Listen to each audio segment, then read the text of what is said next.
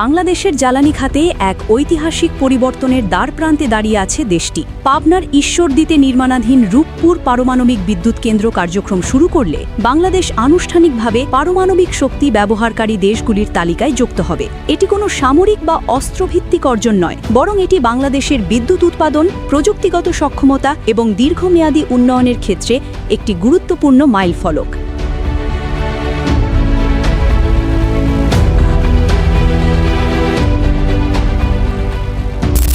আন্তর্জাতিক পরিভাষায় পারমাণবিক শক্তি ব্যবহারকারী দেশ বলতে সেই সব রাষ্ট্রকে বোঝানো হয় যারা শান্তিপূর্ণ উদ্দেশ্যে পারমাণবিক প্রযুক্তি ব্যবহার করে, বিশেষত বিদ্যুৎ উৎপাদনের জন্য। এই সংজ্ঞা অনুযায়ী পারমাণবিক অস্ত্র থাকা বা না থাকা কোনো শর্ত নয়। জাপান, দক্ষিণ কোরিয়া, কানাডা, তুরস্কের মতো বহু দেশ পারমাণবিক শক্তি ব্যবহার করে, কিন্তু তারা পারমাণবিক অস্ত্রধারী নয়। বাংলাদেশও সেই পথেই এগোচ্ছে। রূপপুর পারমাণবিক বিদ্যুৎ কেন্দ্র প্রকল্পে মোট 2টি ইউনিট রয়েছে। প্রতিটির উৎপাদন ক্ষমতা প্রায় 1200 মেগাওয়াট। পূর্ণমাত্রায় চালু হলে এখান থেকে মোট প্রায় 2400 মেগাওয়াট বিদ্যুৎ জাতীয় গ্রিডে যুক্ত হবে। এটি দেশের মোট বিদ্যুৎ উৎপাদনে উল্লেখযোগ্য অবদান রাখবে এবং শিল্প, কৃষি ও নগর অর্থনীতিতে স্থিতিশীলতা আনবে। এখানে একটি বিষয় পরিষ্কারভাবে বোঝা জরুরি: রূপপুর প্রকল্প থেকে কোনো পারমাণবিক অস্ত্র তৈরি হওয়ার সুযোগ নেই। বাংলাদেশ আন্তর্জাতিক এনপিটি বা পারমাণবিক অস্ত্র অপ্রসার চুক্তির স্বাক্ষরকারী দেশ এবং শান্তিপূর্ণ পারমাণবিক ব্যবহারে প্রতিশ্রুতিবদ্ধ।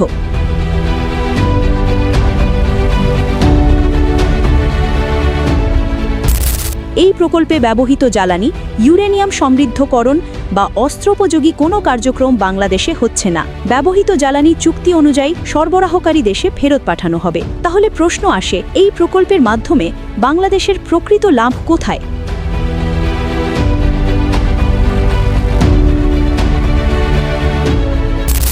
কয়লা, গ্যাস বা তেলের মতো জীবাশ্ম জ্বালানির ওপর নির্ভরতা ধীরে ধীরে কমবে। পারমাণবিক বিদ্যুৎ দীর্ঘমেয়াদী, স্থিতিশীল এবং তুলনামূলকভাবে কম কার্বন নিঃসরণকারী শক্তির উৎস। জলবায়ু পরিবর্তনের ঝুঁকিতে থাকা বাংলাদেশের জন্য এটি একটি গুরুত্বপূর্ণ সুবিধা।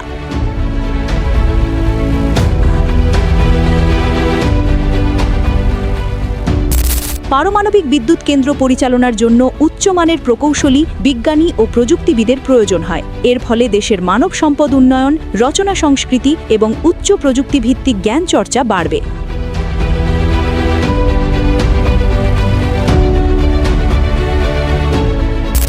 পারমাণবিক শক্তি ব্যবহারের সক্ষমতা অর্জন মানে একটি দেশ প্রযুক্তিগতভাবে আরও পরিণত রাষ্ট্র হিসেবে বিবেচিত হয়। এটি কোনো সামরিক শক্তি প্রদর্শন নয়, বরং বিজ্ঞান ও প্রযুক্তিতে আত্মবিশ্বাসের প্রকাশ।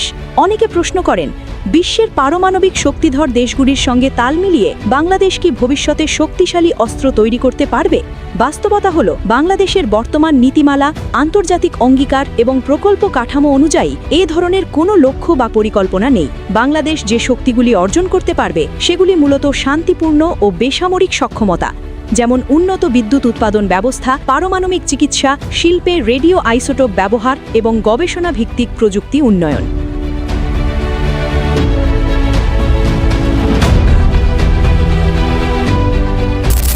বিশ্বের পারমাণবিক অস্ত্রধারী দেশগুলির তালিকা আলাদা বিষয়। বর্তমানে মাত্র 9টি দেশ পারমাণবিক অস্ত্রের অধিকারী এবং বাংলাদেশ সেই তালিকায় নেই।